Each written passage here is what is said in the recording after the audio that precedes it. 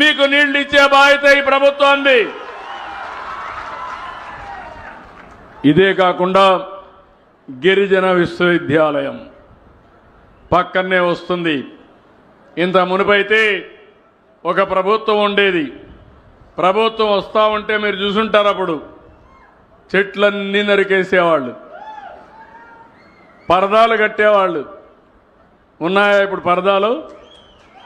చెట్లు నరుకుతున్నారా ఇప్పుడు? ఎవరైనా వచ్చిన వాళ్ళు వెళ్ళిపోతారని పక్కనంతా కూడా గోతులు తవ్వేవాళ్ళు పోనీయకుండా. పోలీసులు అడ్డం పడేవాళ్ళు. నిజమా అబద్ధమా అని మిమ్మల్ని అడుగుతున్నా. వాస్తవం అయితే ఒక్కసారి గుర్తు తెచ్చుకొని చప్పట్లు కొట్టుండే వాస్తవని.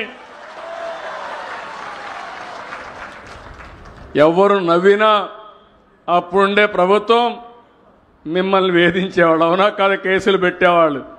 నవ్వడానికి వీల్లేదు, ఫ్రీగా మాట్లాడడానికి వీల్లేదు. ఎన్ని ఇబ్బందులు పెట్టాలనో అన్ని ఇబ్బందులు పెట్టారు.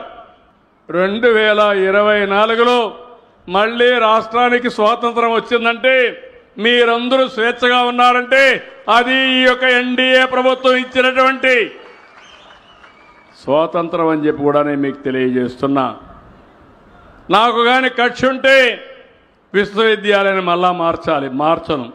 నేను తుగ్లక్ కాదు, ఆ తుగ్లక్ రోజులు అయిపోయినాయి. అందుకే ఇక్కడే కడతా, ఇంకా బాగా కడతా, డబ్బులు ఇప్పిస్తా. ఇప్పించడమే కాదు, ఒక మంచి విశ్వవిద్యాలయాన్ని